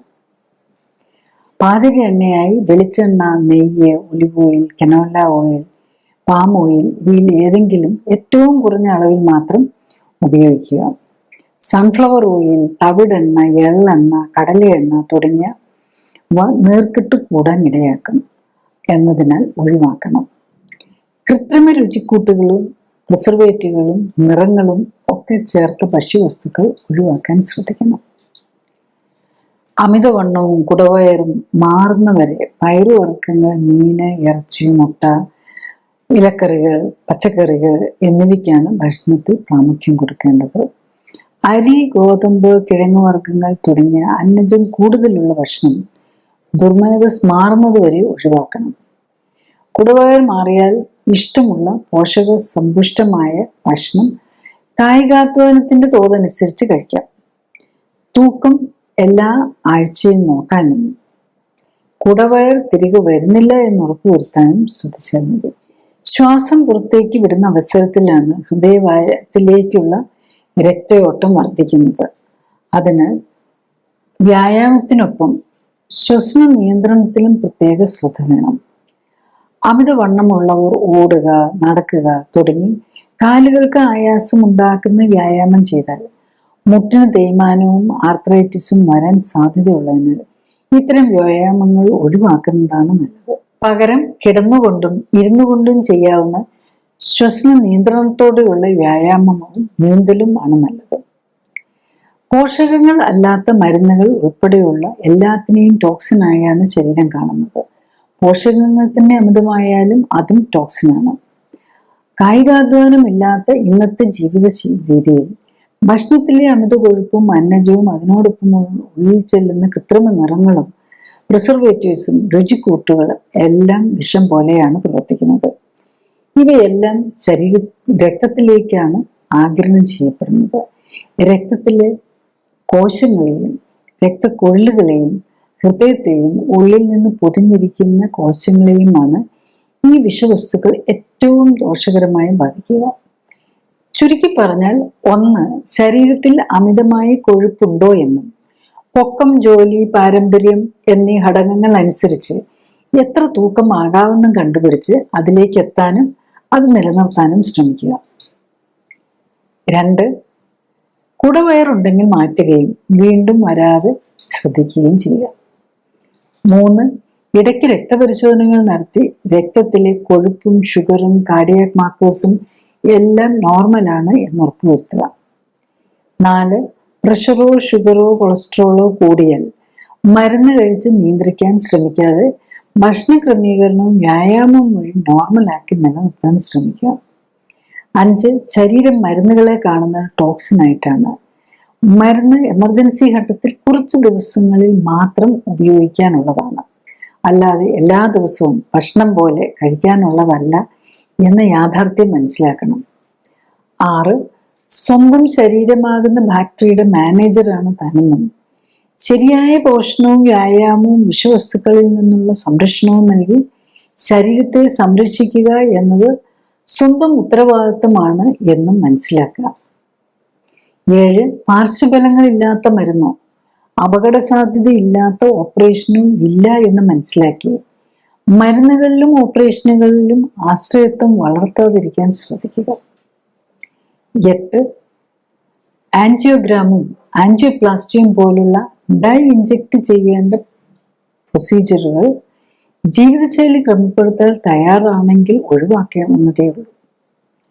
ഡൈ ഇഞ്ചക്ഷൻ കിഡ്നിയുടെ ആരോഗ്യത്തെ പ്രതികൂലമായി ബാധിക്കും. 9. അമിത പ്രഷറിനും കൊളസ്ട്രോളിനും ഷുഗറിനും ഹാർട്ട് അറ്റാക്കിനും ഒക്കെ കാരണം മരുന്നിന്റെയോ ഓപ്പറേഷന്റെയോ കുറവല്ല. അതിനാൽ മരുന്നോ ഓപ്പറേഷനോ കൊണ്ട് ഇത്തരം രോഗങ്ങൾ മാറ്റാനാകില്ല എന്ന് മനസ്സിലാക്കുക. മറിച്ച് ജീവിതശൈലിയിലെ അപാകതകളാണ് ഇവയ്ക്കെല്ലാം കാരണം എന്ന് മനസ്സിലാക്കി ജീവിതശൈലി ക്രമീകരിക്കാൻ ശ്രമിക്കുക. 10. പുതിയ പഠനങ്ങൾ കാണിക്കുന്നത് ആൻജിയോപ്ലാസ്റ്റിയും ബൈപ്പാസ് ഓപ്പറേഷനും ചെയ്യുന്നത് കൊണ്ട് വീണ്ടും ഹാർട്ട് അറ്റാക്ക് വരാനുള്ള സാധ്യത കുറയ്ക്കുകയോ അറ്റാക്ക് മൂലമുള്ള ഭാവിയിലെ മരണസാധ്യത കുറയ്ക്കുകയോ ചെയ്യുന്നില്ല എന്നാണ്. രോഗിയും ബന്ധുക്കളും ഈ കാര്യങ്ങൾ മനസ്സിലാക്കണം. ഞാൻ ഈ പറഞ്ഞ കാര്യങ്ങൾ ശ്രദ്ധിച്ചു കേൾക്കാനും മനസ്സിലാക്കാനും കഴിഞ്ഞാൽ ഇത്തരം ജീവിതശൈലി രോഗങ്ങളുടെ കാരണം മനസ്സിലാക്കി അവയെ പ്രതിരോധിക്കാനും ഒരിക്കൽ വന്നാൽ നേരത്തെ കണ്ടെത്താനും ജീവിതശൈലിയിൽ വേണ്ട മാറ്റങ്ങൾ വരുത്തി അതിൽ നിന്നും മോചനം നേടാനും സഹായകമാവും. മരുന്നോ ഓപ്പറേഷനോ കൊണ്ട് ഇത്തരം ജീവിതശൈലി രോഗങ്ങൾ മാറ്റാനാകില്ല. കാരണം മരുന്നിന്റെയോ ഓപ്പറേഷന്റെയോ കുറവ് കൊണ്ടല്ല ഇത്തരം രോഗങ്ങൾ ഉണ്ടാകുന്നത്, മറിച്ച് ജീവിതശൈലിയിലെ അപാകതകൾ കൊണ്ടാണ്. അതിനാൽ ജീവിതശൈലി ക്രമീകരണത്തിലൂടെ മാത്രമേ ഇത്തരം ജീവിതശൈലി രോഗങ്ങളെ പ്രതിരോധിക്കാനും ഒരിക്കൽ വന്നാൽ അതിൽ നിന്ന് മോചനം നേടാനും സാധിക്കും. ജീവിതശൈലി രോഗങ്ങൾ കൂടി വരികയാണ്. ഒപ്പം തന്നെ ജീവിതശൈലി രോഗങ്ങൾക്കായി ഓപ്പറേഷനുകൾക്ക് വിധേയരാകേണ്ടി വരുന്ന രോഗികളുടെ എണ്ണവും കൂടി വരുന്നു. ഓപ്പറേഷന് മുമ്പ് രോഗത്തിന്റെ അടിസ്ഥാന കാരണം എന്ത്, ഓപ്പറേഷൻ എന്താണ് ലക്ഷ്യമിടുന്നത്, ഓപ്പറേഷൻ സമയത്തും അതിനുശേഷവും ഉണ്ടാകുന്ന അപകട സാധ്യതകളും പാർശ്വഫലങ്ങളും എന്തൊക്കെ തുടങ്ങിയ കാര്യങ്ങൾ ബന്ധുക്കളും രോഗികളും മനസ്സിലാക്കാൻ ശ്രമിക്കണം. ഒപ്പം തന്നെ ഓപ്പറേഷനിലൂടെ ലഭിക്കുന്ന പ്രയോജനം, ഓപ്പറേഷൻ കൊണ്ട് രോഗം മാറുമോ, ഇനിയും രോഗമുണ്ടാകാൻ സാധ്യതയുണ്ടോ തുടങ്ങിയ കാര്യങ്ങളും അറിയാൻ ശ്രമിക്കുക. ഇൻഷുറൻസ് പരിരക്ഷ ഉള്ളവരാണ് കൂടുതലും ഓപ്പറേഷനായി പണം ചെലവാക്കേണ്ടി വരുന്നില്ല. അതിനാൽ ശസ്ത്രക്രിയകളെ വളരെ ലാഘവത്തോടെ കാണുന്ന രീതി കൂടി വരികയാണ്. അനസ്തീസ്യ സംബന്ധമായും ഓപ്പറേഷൻ സമയത്തും അതിനുശേഷവും ഉണ്ടാകാവുന്ന അപകട സാധ്യതകൾ വളരെ ചെറുതാണെങ്കിലും മരണത്തിന് പോലും ഉള്ള സാധ്യത ഉണ്ടാക്കും എന്ന യാഥാർത്ഥ്യം മനസ്സിലാക്കണം. ഓപ്പറേഷനായി നൽകുന്ന മിക്ക സമ്മതപത്രത്തിലും മരണം വരെ സംഭവിക്കാൻ സാധ്യതയുണ്ട് എന്ന് എഴുതിയിട്ടുണ്ടാവും. രോഗിയും ബന്ധുക്കളും ഓപ്പറേഷന് മുമ്പായി നൽകേണ്ട സമ്മതപത്രം ഓപ്പറേഷൻ ദിവസമല്ല വായിക്കേണ്ടത്, മറിച്ച് ഓപ്പറേഷന് വിധേയമാകാൻ തീരുമാനിക്കുന്നതിനും തീയതി ഫിക്സ് ചെയ്യുന്നതിനും മുമ്പ് ഒപ്പുവെക്കേണ്ട സമ്മതപത്രം വായിച്ചു നോക്കി മനസ്സിലാക്കണം. ജീവിതശൈലി രോഗങ്ങളുള്ളവർക്ക്, പ്രത്യേകിച്ചും രക്തക്കുഴലുകളെ ബാധിക്കുന്ന രോഗങ്ങളുള്ളവർക്ക് അനസ്തീസിയയുടെയും ശസ്ത്രക്രിയ സംബന്ധമായും ഉള്ള അപകട സാധ്യതകളും പാർശ്വഫലങ്ങളും കൂടുതലാണ് എന്നതും അറിയാം. രോഗങ്ങൾ തുടക്കത്തിലേ കണ്ടെത്തുകയും അമിതവണ്ണമുണ്ടെങ്കിൽ കുറയ്ക്കാൻ ശ്രമിക്കുകയും മെറ്റബോളിസത്തിലെയും ഇമ്മ്യൂണിറ്റിയിലെയും അപാകതകൾ കണ്ടെത്തി പരിഹരിക്കാൻ ശ്രമിക്കുകയുമാണ് വേണ്ടത്. അടുത്തത്, ആരോഗ്യ കാര്യങ്ങളെക്കുറിച്ച് സംസാരിക്കുന്ന വ്യക്തിയുടെ ശാസ്ത്രീയ അടിത്തറ വിലയിരുത്തേണ്ടതുണ്ട് എന്നതാണ്. ഞാൻ ഡോക്ടർ ജോളി തോംസൺ 1981 ബാച്ചിൽ കോട്ടയം മെഡിക്കൽ കോളേജിൽ നിന്നും MBBS-ഉം തുടർന്ന് തിരുവനന്തപുരം മെഡിക്കൽ കോളേജിൽ നിന്നും MD-യും റീപ്രൊഡക്റ്റീവ് മെഡിസിനിലും സർജറിയിലും സ്പെഷ്യൽ ട്രെയിനിങ്ങുകൾക്ക് ശേഷം ഗവൺമെന്റ് സർവീസിൽ ചേർന്നു. 97-ൽ റിസൈൻ ചെയ്ത ശേഷം എറണാകുളത്ത് തേവരയിൽ ലൈഫ് കെയർ സെന്ററിൽ മരുന്നുകളും ശസ്ത്രക്രിയകളും ഒഴിവാക്കി ക്ലിനിക്കൽ സപ്പോർട്ടോടെയുള്ള ജീവിതശൈലി ക്രമീകരണത്തിലൂടെ ജീവിതശൈലിയുമായി ബന്ധപ്പെട്ട രോഗങ്ങൾ തടയുന്നതിനും ചികിത്സിച്ചു മാറ്റുന്നതിനും ഊന്നൽ നൽകുന്നു. മോഡേൺ മെഡിസിനിൽ ഉപയോഗിക്കുന്ന മരുന്നുകളും ഓപ്പറേഷനുകളും ഫിസിയോതെറാപ്പിയും ഇമ്മ്യൂണിറ്റിയെ എങ്ങനെ സ്വാധീനിക്കുന്നു എന്നതിനെക്കുറിച്ച് പഠനങ്ങൾ നടത്തി. ഈ പഠനങ്ങളുടെ വെളിച്ചത്തിൽ ഇമ്മ്യൂണിറ്റിയെ ഉത്തേജിപ്പിക്കാനുള്ള പോഷക മിശ്രിതങ്ങളും ഓക്സിഫ്ലെക്സ് എന്ന പ്രത്യേക വ്യായാമ രീതിയും ഡെവലപ്പ് ചെയ്തു. ഈ പോഷക മിശ്രിതങ്ങളുടെയും ഓക്സിഫ്ലെക്സ് വ്യായാമത്തിന്റെയും സഹായത്തോടെ കോശങ്ങളെ ശാക്തീകരിച്ച് രോഗമുക്തിയെ സഹായിക്കാനും ആരോഗ്യം ഉത്തമമാക്കാനും നിലനിർത്താനും സഹായിക്കുന്ന സെൽ ആക്ടിവേഷൻ എന്ന നൂതന ചികിത്സാ രീതിയും ഡെവലപ്പ് ചെയ്തു. അടുത്തതായി, എന്താണ് ക്ലിനിക്കലി സൂപ്പർവൈസ്ഡ് ആൻഡ് സപ്പോർട്ടഡ് ജീവിതശൈലി ക്രമീകരണം എന്നതാണ്. ക്ലിനിക്കലി സൂപ്പർവൈസ്ഡ് ജീവിതശൈലി ക്രമീകരണത്തിൽ ശരീരഘടനയും ശരീരത്തിലെ കൊഴുപ്പിന്റെ അളവും കണ്ടെത്തുകയും ഒപ്പം തന്നെ ഉത്തമ ശരീരഘടന എന്തായിരിക്കണം എന്ന് കണ്ടെത്തുകയുമാണ് ആദ്യഘട്ടം. രണ്ടാമതായി, രക്തപരിശോധനകൾ നടത്തി ഹൃദയം, രക്തക്കുഴലുകൾ, ലിവർ, കിഡ്നി തുടങ്ങിയ അവയവങ്ങളുടെ ആരോഗ്യസ്ഥിതിയും ഇമ്മ്യൂൺ സ്റ്റാറ്റസും ഹോർമോണുകളുടെയും പോഷകങ്ങളുടെയും ലെവലും ശരീരത്തിന് ചേരുന്ന ഭക്ഷ്യവസ്തുക്കൾ ഏതൊക്കെ എന്ന് മനസ്സിലാക്കാൻ ശ്രമിക്കുകയുമാണ്. മൂന്നാമതായി, ഉത്തമ ശരീരഘടനയിൽ എത്താനായി വേണ്ട ജീവിതശൈലി ക്രമീകരണങ്ങളാണ്. രോഗിയുടെ പ്രത്യേകതകൾ അനുസരിച്ച് ഉത്തമ ന്യൂട്രീഷനും വ്യായാമവും നൽകുന്നതിനൊപ്പം ശരീരത്തിലെത്തുന്ന വിഷാംശം കുറയ്ക്കാനുമാണ് ഇതിൽ ശ്രമിക്കുന്നത്. ശരീരകോശങ്ങൾക്ക് പ്രവർത്തിക്കാൻ ഉത്തമമായ സാഹചര്യം ഒരുക്കുന്നതിലൂടെ ജീവനാധാരമായ മെറ്റബോളിക് രാസപ്രവർത്തനങ്ങളുടെ സമുദ്രിതാവസ്ഥ വീണ്ടെടുക്കുകയും നിലനിർത്തുകയുമാണ് ലക്ഷ്യം. ജീവിതശൈലി ക്രമീകരണത്തിലൂടെ രക്തയോട്ടവും മെറ്റബോളിക് പ്രവർത്തനങ്ങളും ഹോർമോൺ ബാലൻസും ഇമ്മ്യൂണിറ്റിയും ശരീരഘടനയും ഉത്തമമാക്കാനും നിലനിർത്താനും കഴിഞ്ഞാൽ ഒട്ടും മിക്ക ജീവിതശൈലി രോഗങ്ങളെയും പ്രതിരോധിക്കാനാകും.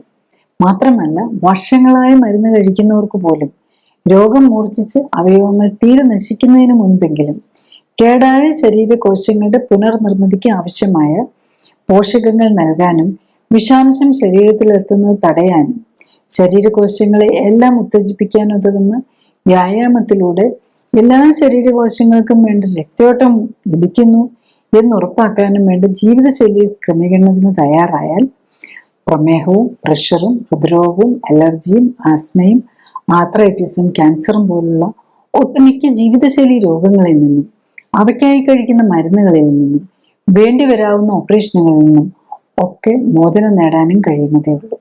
നെക്സ്റ്റ്, ഈ ക്ലിനിക്കലി സപ്പോർട്ടഡ് ജീവിതശൈലി ക്രമീകരണങ്ങളുണ്ട്. ഹാർട്ട് പേഷ്യൻസിന് പ്രത്യേകിച്ചും ബൈപ്പാസോ അല്ലെങ്കിൽ ആൻജിയോഗ്രാമോ അല്ലെങ്കിൽ TMT പോസിറ്റീവ് എന്ന് കണ്ട്, അല്ലെങ്കിൽ ഒരു പ്രാവശ്യം ആൻജിയോഗ്രാം ചെയ്തു അല്ലെങ്കിൽ സ്റ്റെന്റ് ഇട്ടു എന്നിട്ട് വീണ്ടും ഹാർട്ട് പ്രോബ്ലം വന്ന് ഇങ്ങനെയൊക്കെ ഉള്ള പേഷ്യന്റിന് എന്ത് ബെനിഫിറ്റാണ് ഈ clinically supported life style correction കൊണ്ട് കിട്ടിയിട്ടുള്ളതെന്ന് നോക്കാം. മിക്കവാറും പേഷ്യൻസ് ഒരു ഹാർട്ട് അറ്റാക്ക് എന്ന് പറഞ്ഞു കഴിഞ്ഞാൽ ഒരു കാരണം, ഒരു ഡയഗ്നോസ് മാത്രമല്ല ഉണ്ടാവുക, അതിൽ പല പ്രശ്നങ്ങളും കാണും. ഞാനൊരു പേഷ്യൻ്റെ എക്സാമ്പിൾ പറയാം. ഇദ്ദേഹം 49 വയസ്സുണ്ട്, മെയിലാണ്, ഹൈറ്റ് 170 സെന്റിമീറ്റർ, വെയിറ്റ് 71.4, അപ്പോൾ ഓവർ വെയിറ്റ് ഒന്നുമില്ല. ഇദ്ദേഹത്തിന് 10 വർഷമായിട്ട് ഡയബറ്റിക്കാണ്. പെട്ടെന്ന് ഹാർട്ട് അറ്റാക്ക് വന്നു, ഹോസ്പിറ്റലിൽ ചെന്നു. അപ്പോൾ ഉടനെ തന്നെ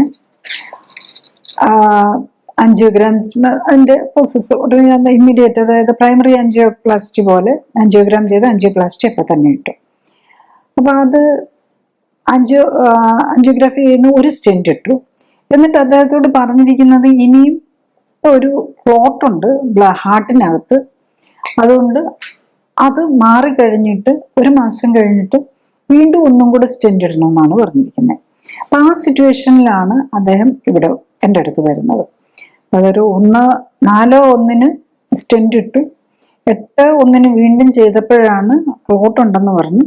അതുകൊണ്ട് ഇനി വെയിറ്റ് ചെയ്തിട്ട് 1 മന്ത് കഴിയുമ്പോൾ ഒന്നും കൂടെ നോക്കി വെച്ചിട്ട് ചെയ്യാമെന്നാണ്. ഇതിൻ്റെ കൂടെ ഇപ്പം നമ്മൾ ടെസ്റ്റുകൾ നോക്കുമ്പോൾ മനസ്സിലാകുന്നത് എന്താണെന്ന് ചോദിച്ചു കഴിഞ്ഞാൽ, അദ്ദേഹത്തിന് ഫാറ്റി ലിവർ ഉണ്ട്, അതുപോലെ പ്രോസ്റ്റേറ്റ് എൻലാർജ്മെന്റ് ഉണ്ട്, അതുപോലെ കിഡ്നി ഫങ്ഷൻ കുറവാണ്, GFR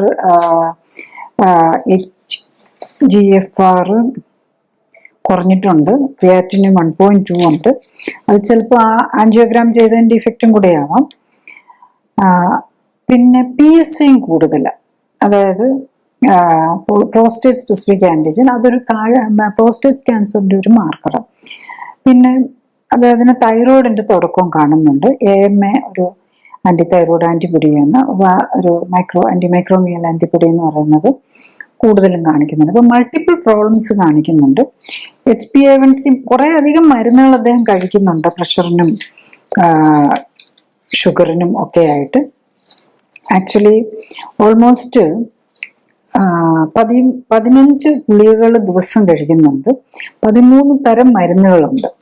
അപ്പൊ അതില് ക്ലോപ്പിലെറ്റ് ഉണ്ട്, ആസ്പിരിനും ബ്ലഡ് തിന്നേഴ്സ് ഉണ്ട്. അതിപ്പം സ്റ്റെന്റ് ഇട്ടതല്ലേ ഉള്ളൂ, അത് കഴിയുമ്പം ഇതുണ്ട്.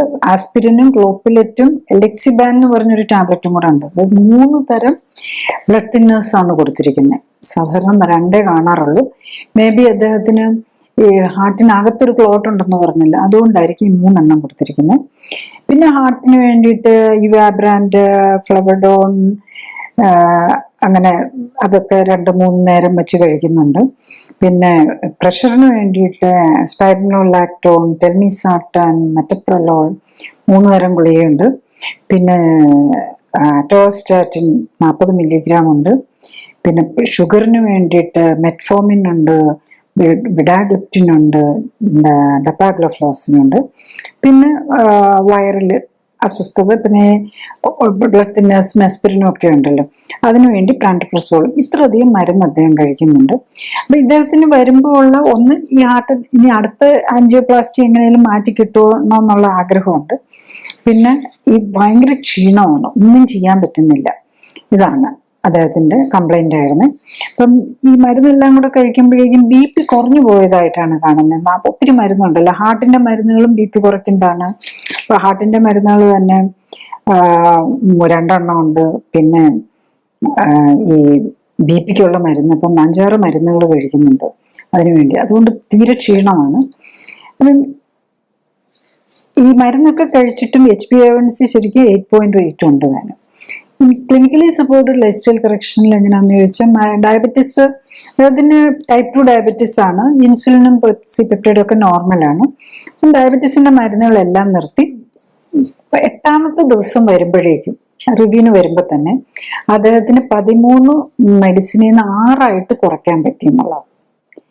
അപ്പൊ മരുന്നില്ലാതെ HbA1c കുറഞ്ഞ് 8.8 നിന്നിരുന്ന HbA1c 8.1 കുറഞ്ഞു.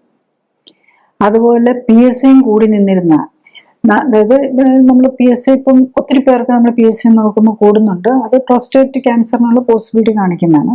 അദ്ദേഹത്തിന് PSA 6.1 നിന്ന് 8th ഡേ ആയപ്പോഴേക്കും 4.5 കുറഞ്ഞു.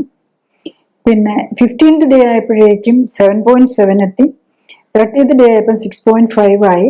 ഇപ്പം ഡേ 60 ആയപ്പോഴേക്കും വിത്തൗട്ട് മെഡിസിൻ HbA1c 5.7 എത്തി എന്നുള്ളതാണ്.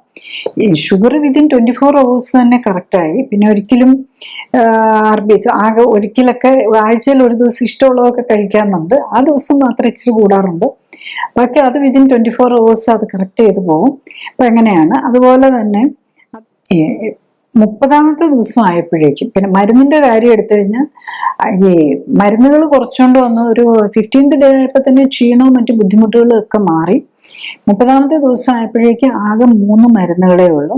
3 4 ഗുളികകൾ. അതായത് ആ 3 ക്ലോട്ട് ആകാതിരിക്കാനുള്ളതുണ്ടല്ലോ. ഇപ്പൊ സ്റ്റെന്റ് ഇട്ടതല്ലേ ഉള്ളൂ. അതുകൊണ്ട് കാർഡിയോളജിസ്റ്റ് കൊടുത്തിരിക്കുന്ന 3 ആന്റി ബ്ലഡ് തിന്നേഴ്സും കഴിക്കുന്നുണ്ട്. പിന്നെ അതിൻ്റെ കൂടെ അസിഡിറ്റി വരാതിരിക്കാൻ കഴിക്കുന്നുള്ള അസിഡിറ്റിക്കുള്ള മരുന്നും കഴിക്കുന്നുണ്ട്. അങ്ങനെ 4 തരം മരുന്ന്. അത് 1 year ആകാതെ സ്റ്റെന്റ് ഇട്ട് പോയത് കൊണ്ട് നമുക്ക് നിർത്താൻ പറ്റില്ല. അപ്പൊ അതാണ് അദ്ദേഹത്തിന്റെ സിറ്റുവേഷൻ. അപ്പം ബേസിക്കലി നമ്മൾക്ക് ഇനി അടുത്ത സ്റ്റെന്റ് കൂടി ഇട്ടാലും പ്രഷറും ഷുഗറും ഒന്നും മാറിയല്ലോ. ഹാർട്ടിന് അറ്റാക്ക് വരാനും ഹാർട്ടിന് ഇൻഫ്ലമേഷൻ വരാനും കാരണം എന്താ? ബേസിക്കലി ഈ ഡയബറ്റീസും ഹൈപ്പർ ടെൻഷനും ഒക്കെയാണ്, കൊളസ്ട്രോളും ആണ്. ഇതൊക്കെ നമുക്ക് വിതിൻ്റെ മന്ത് കൊണ്ട് തന്നെ കൺട്രോൾ ആക്കാൻ പറ്റി. 1 മാസം കൊണ്ട് മരുന്നിൽ നിന്ന് ഓവർകം ചെയ്യും. ബ്ലഡ് തിന്നേഴ്സ് ഒഴിച്ചുള്ള ബാക്കി എല്ലാ മരുന്നുകളും 1 മാസം കൊണ്ട് നിർത്തി നോൺ ഡയബറ്റിക് സ്റ്റേജിലേക്ക് എത്താൻ പറ്റിയെന്നുള്ളതാണ്. അദ്ദേഹത്തിന്റെ ബോഡി ഏജ് ആക്ച്വലി വരുമ്പോൾ 49 വയസ്സുള്ള ആൾക്ക് വരുമ്പം 51 ശരിക്കും ഒത്തിരി ഓവർ വെയിറ്റ് ഒന്നും അല്ല. അതുകൊണ്ട് ബോഡി ഏജ് അധികം കാണിക്കുന്നില്ല. ആക്ച്വലി ഏജിങ് വന്നിരിക്കുന്നത് വാസ്കുലർ ഏജിങ് ആണ്, രക്തക്കൊള്ളിലാണ് ഏജിങ് ബാധിച്ചിരിക്കുന്നത്. പക്ഷെ ബോഡി ഏജ് ആണെങ്കിലും 60 ദിവസം ആയപ്പോഴേക്കും അദ്ദേഹത്തിന് ബോഡി ഏജ് 38 വന്നു എന്നുള്ളതാണ്. 38 വയസ്സ്. അതാണ്. അപ്പൊ 10 വയസ്സിൽ കൂടുതൽ 12-13 വയസ്സോളം ഈ 2 മാസം കൊണ്ട് മൊത്തത്തിൽ കുറഞ്ഞു. രക്തക്കൊള്ളിലെ ആണെങ്കിലും ഈ ആത്രോസ്ക്ലെറോസിസും എല്ലാം കുറഞ്ഞു. അതുകൊണ്ടാണ് ഈ ബുദ്ധിമുട്ടുകളെല്ലാം മാറിയിരിക്കുന്നത്. ഞാൻ ഒരു പേഷ്യന്റിന്റെയും കൂടെ ഒന്ന് ഷോർട്ടായിട്ട് പറഞ്ഞു പോകാം, കൂടുതൽ വീഡിയോ ഒത്തിരി നീണ്ടുപോയി. ഇതൊരു 79 വയസ്സുള്ള ലേഡിയാണ്. ഇവര് ഡയബറ്റിക് ആണ്, ഹൈപ്പർ ടെൻഷൻ ഉണ്ട്, 10 വർഷമായി ഡയബറ്റിക് ഉണ്ട്, ഹൈപ്പർ ടെൻഷൻ ഉണ്ട്, CKD ഉണ്ട്, തൈറോയിഡിന്റെ പ്രോബ്ലം ഉണ്ട്. ഇവരുടെ നെഞ്ചുവേദനയായിട്ട് ചെന്ന് നോക്കുമ്പം ആൻജിയോഗ്രാമിന് മുമ്പായിട്ട് നോക്കുമ്പം ഒരു മെഡിക്കൽ കോളേജിലായിരുന്നു. അപ്പോൾ അവിടെ വെച്ച് നോക്കുമ്പോൾ അവർക്ക് GFR 23 ഉള്ളൂ. അപ്പോൾ അവിടെ നിന്ന് പറഞ്ഞു അവർക്ക് ചെയ്യാൻ പറ്റില്ല. 79 വയസ്സുകൊണ്ട് GFR ഇത്ര ഇതായതുകൊണ്ട് അവർക്ക് ബൈപ്പാസ് വേണം, പക്ഷെ ചെയ്യാൻ പറ്റില്ല എന്നുള്ളതായിരുന്നു. ബൈപ്പാസ് വേണ്ടി വരും, പക്ഷെ ആൻജിയോഗ്രാം തന്നെ ചെയ്യാൻ പറ്റില്ല എന്ന് ഉള്ള ഒരിതിലാണ് അവർ വന്നത്. അത് കഴിഞ്ഞിട്ടാണ് അവരിവിടെ വരുന്നത്. അപ്പം ആൻജിയോഗ്രാം ചെയ്യാൻ വയ്യ, തീരെ വേദന, എപ്പോഴും വേദനയാണ്. ശരിക്കും അഞ്ചൈന പെയിൻ ഉണ്ട്, ഇച്ചിരി നടക്കുമ്പോൾ തന്നെ വേദനയും ബുദ്ധിമുട്ടും ഒക്കെ ഉണ്ട്. പിന്നെ ഡയബറ്റീസിന് വേണ്ടി ഇൻസുലിൻ എടുക്കുന്നുണ്ട്, കുറേ മരുന്നുകളും ഉണ്ട്. വരുമ്പോൾ ഓൾമോസ്റ്റ് അത്ര മരുന്നും 12 തരം മരുന്നും ഇൻസുലിനും എടുത്തുകൊണ്ടിരിക്കുകയാണ്. 2 നേരം ഇൻസുലിനും ഉണ്ട്. അപ്പം ഇവരുടേതാണേലും നമ്മൾ മെഡിസിൻസ് നമ്മൾ തുടങ്ങുമ്പോൾ തന്നെ നിർത്തും. ഡയബറ്റീസിന്റെ മെഡിസിൻ വേറെ ഒന്നും നിർത്തുകയില്ല കേട്ടോ. ഡയബറ്റീസിൻ്റെ മാത്രം, ഇത് ടൈപ്പ് 2 ഡയബറ്റീസ് ആണെന്ന് ഉറപ്പുള്ളത് കൊണ്ട് ഇൻസുലിൻ ശരീരത്തിൽ ശരിക്കും പറഞ്ഞാൽ അവരുടെ ഇൻസുലിൻ ലെവൽ ഒത്തിരി കൂടുതലായിരുന്നു. ഇൻസുലിൻ എടുത്തുകൊണ്ടിരിക്കില്ല. 127 ഉണ്ട്, ഷുഗറാണ് 245. ശരിക്കും ഇൻസുലിൻ ഒത്തിരി കൂടുതലാണ്. അപ്പൊ ഇൻസുലിൻ റെസിസ്റ്റൻസ് ആണ്. അപ്പൊ ഇവരുടെ നമ്മൾ മെഡിസിൻസ് ആണെങ്കിൽ ആക്ച്വലി 12 മരുന്നുണ്ടായിരുന്നു. 8ാം ദിവസം ആയപ്പോഴേക്ക് 7 കുറഞ്ഞു. 15-ാം ദിവസം ആയപ്പോഴേക്കും 5 കുറഞ്ഞു. 30-ാം ദിവസം ആയപ്പോഴേക്കും 1. അത് ഒരു 1 മോർ വീക്കിനുള്ളിൽ എല്ലാ മരുന്നുകളും തീർന്നു എന്നുള്ളതാണ്. മരുന്നുകളെല്ലാം കുറച്ചുകൊണ്ട് ഒന്ന് നിർത്താറായി. പേഷ്യൻ്റ് സിംറ്റം ഫ്രീ ആയി. എല്ലാ കാര്യങ്ങളും നോക്കാനുള്ള ഇതായി. മരുന്നില്ലാതെ ശരിക്കും HbA1c 6.6 നിന്നിരുന്നത് മരുന്നില്ലാതെ 6ലേക്ക് 1 മാസം കൊണ്ട് 6ലേക്ക് വന്നു. 90 days ആയപ്പോഴേക്കും 5.8 വന്നു. ആൻഡ് ഏറ്റവും ഇമ്പോർട്ടൻ്റ് ആയിട്ടുള്ള എന്താണെന്ന് വെച്ചാൽ GFR ആണ്. അവരുടെ GFR വരുമ്പം നമ്മളിവിടെ നോക്കുമ്പോൾ 22 ഉണ്ടായിരുന്നു. അത് ഡേ 90 ആയപ്പോഴേക്കും ഡേ 60 ആയപ്പോഴേക്കും 42 കൂടി. ഡേ 90 ആയപ്പോഴേക്കും 47 എത്തി. അത്ര ഫാസ്റ്റായിട്ട് GFR കൂടി വന്നു എന്നുള്ളത്. പിന്നെ കുറച്ച് തൈറോയിഡ് ഫങ്ഷൻസ്, ഇപ്പം ഈവൻ മൈക്രോ ആൽബുമിൻ ഉണ്ടായിരുന്നു, എല്ലാത്തിലും കുറവ് വന്നു. പക്ഷെ ഇനി കുറച്ച് കാര്യങ്ങളോട് കറക്റ്റ് ചെയ്യാനുണ്ട്. 90 days കൊണ്ട് ഇത്രയും ഹാർട്ടിന് പ്രോബ്ലം, ഇത്രയും പ്രായമുള്ളവരുടെ എല്ലാ കാര്യങ്ങളും കറക്റ്റ് ആകുന്നില്ല. പക്ഷെ മരുന്ന് 1 മാസത്തിന് ഇല്ലാതെയാണ് നമ്മൾ ഈ ഇമ്പ്രൂവ്മെന്റ് എല്ലാം. പക്ഷെ ഇപ്പം 40ലേക്കൊക്കെ GFR വന്നു കഴിഞ്ഞ് കഴിഞ്ഞാൽ പിന്നെ നമുക്ക് പേടിക്കേണ്ട കാര്യമില്ല. ഇത്രയും അവർക്കൊരിക്കലും ഒരു ഡയാലിസിസിലേക്കൊന്നും പോകേണ്ട വരികയല്ല, പ്രൊവൈഡഡ് കറക്റ്റായിട്ട് കാര്യങ്ങൾ നോക്കുവാണെങ്കിൽ. ഒരു പേഷ്യൻ്റെ കൂടെ പറയാം, ഫാസ്റ്റായിട്ട് പറഞ്ഞു വിടാം. അത് 55 വയസ്സുള്ള ലേഡിയാണ്. 156 സെന്റിമീറ്റർ ഹൈറ്റ്, 62.6 വെയിറ്റ്.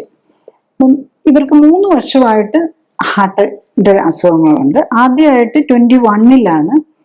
അന്ന് നെഞ്ചുവേദന വന്നു, ഒരു സ്റ്റെൻറ്റ് ഇട്ടു.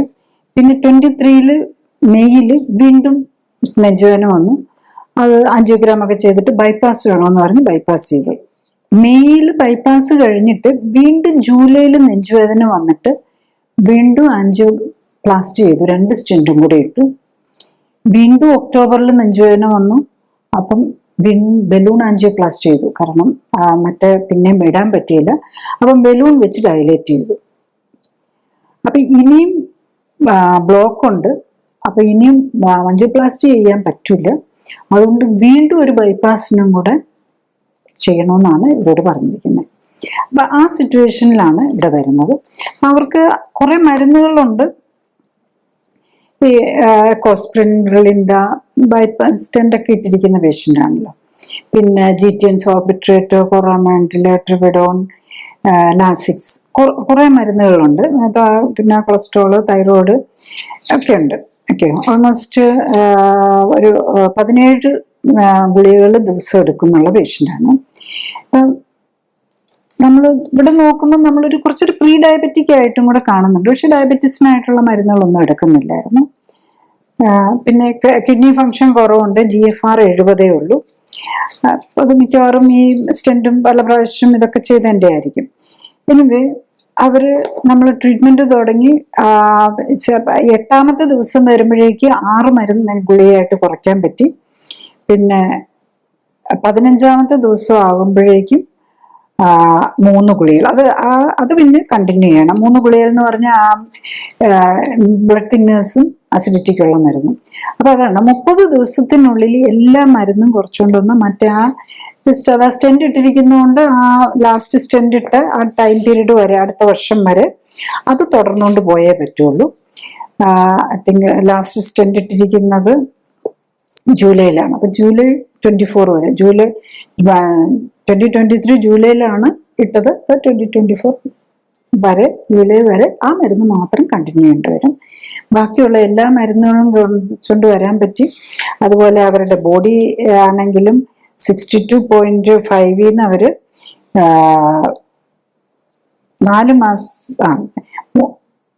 3 മാസം ആയപ്പോഴേക്കും അവര് 54ലേക്ക് വന്നു. അവർ ഇത്തിരി ഉഴപ്പിയാണ്, അല്ലെങ്കിൽ ഇച്ചിരി കൂടെ കൂടുതൽ കുറയ്ക്കാവുന്നതായിരുന്നു. ആക്ച്വലി അവർ വരുമ്പോൾ അവരുടെ ബോഡി ഏജ് 10 വയസ്സ് കൂടുതൽ. 55 വയസ്സുള്ള ആൾക്ക് 65. ഇപ്പൊ അത് 3 മാസം ആയപ്പോഴേക്കും 58ലേക്ക് കുറച്ചുകൊണ്ട് വരാൻ പറ്റും.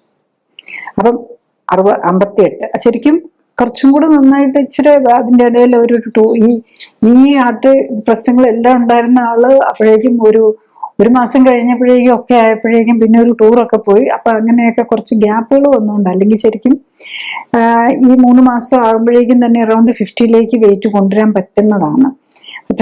പക്ഷെ കുഴപ്പമില്ല, 54 എത്തിയിട്ടുണ്ട്. ക്ലിനിക്കലി സപ്പോർട്ടഡ് ജീവിതശൈലി ക്രമീകരണത്തിൽ രോഗലക്ഷണങ്ങളെ അല്ല ഫോക്കസ് ചെയ്യുന്നത്, അതിന്റെ അടിസ്ഥാന കാരണമായ ശരീരഘടനയിലെയും ഹോർമോൺ ബാലൻസിലെയും ഇമ്മ്യൂണിറ്റിയിലെയും വ്യതിയാനങ്ങളെയും അവയ്ക്ക് കാരണമായ ജീവിതശൈലിയിലെ അപാകതകൾ പരിഹരിക്കാനുമാണ്. അതുകൊണ്ടാണ് ഏത് പ്രായത്തിലുള്ള ആൾക്കും ഒരേ സമയം വ്യത്യസ്ത രോഗങ്ങൾക്കും രോഗലക്ഷണങ്ങൾക്കും അസ്വസ്ഥതകൾക്കും ആശ്വാസം ലഭിക്കുന്നത്. രോഗമുക്തിക്ക് ആധാരം ഇമ്മ്യൂൺ സിസ്റ്റമാണ്. ഇമ്മ്യൂൺ സിസ്റ്റത്തിന് ഉത്തമമായി പ്രവർത്തിക്കാനുള്ള അവസരം ഒരുക്കുകയും അതിലൂടെ ശരീരത്തിന്റെ സെൽഫ് ഹീലിംഗ് പവറിനെ ഉത്തേജിപ്പിക്കുകയുമാണ് വേണ്ടത്. സ്വയം ജീവിതശൈലി ക്രമീകരിച്ച് ആരോഗ്യം ഉത്തമമാക്കി നിലനിർത്താനാണ് എല്ലാവരും ശ്രമിക്കേണ്ടത്. അതിന് കഴിയാതെ വരികയോ ഹൃദ്രോഗവും ക്യാൻസറും പോലുള്ള മാരക രോഗങ്ങൾ സംശയിക്കപ്പെടുമ്പോഴും, ഒന്നിൽ കൂടുതൽ രോഗങ്ങൾ ഉള്ളവർക്കും മരുന്നുകൾ ദീർഘകാലം ഉപയോഗിക്കേണ്ടി വരുന്നവർക്കും മരുന്നുകൾ കൊണ്ടും അസ്വസ്ഥതകൾ മാറ്റാൻ കഴിയാതെ വരുമ്പോഴും ഓപ്പറേഷൻ ആവശ്യമായി വരുന്നവർക്കുമാണ് ക്ലിനിക്കൽ സപ്പോർട്ടോടെയും സൂപ്പർവിഷനോടെയും ഉള്ള ജീവിതശൈലി ക്രമീകരണം ആവശ്യമായി വരുന്നത്. ജീവിതശൈലി ക്രമീകരണത്തിന്റെ ശാസ്ത്രീയ വശങ്ങളെക്കുറിച്ചും ക്ലിനിക്കൽ സപ്പോർട്ടോടെയുള്ള ജീവിതശൈലി ക്രമീകരണത്തെക്കുറിച്ചും വെബ്സൈറ്റിൽ നിന്നും യൂട്യൂബിൽ നിന്നും കൂടുതൽ അറിയാനാകും. ഡോക്ടറെക്കാൾ അറിവ് നേടാം എന്ന യൂട്യൂബ് സീരീസിലെ വീഡിയോകളും നൂതന സമീപനം എന്ന സീരീസിലെ ആദ്യ വീഡിയോയും, നിങ്ങളുടെ രോഗത്തെക്കുറിച്ചുള്ള വീഡിയോകളും ചികിത്സ എങ്ങനെയാവണം എന്ന സീരീസിലെ വീഡിയോയും കാണാൻ പ്രത്യേകം ശ്രദ്ധിക്കുക. ഫേസ്ബുക്കിലും യൂട്യൂബിലും എല്ലാ ശനിയാഴ്ചയും 2:30-നുള്ള ലൈവ് എപ്പിസോഡുകളും നിങ്ങളുടെ രോഗവുമായി ബന്ധപ്പെട്ട കഴിഞ്ഞുപോയ എപ്പിസോഡുകളും കാണുന്നത് നല്ലതാണ്. Thank you.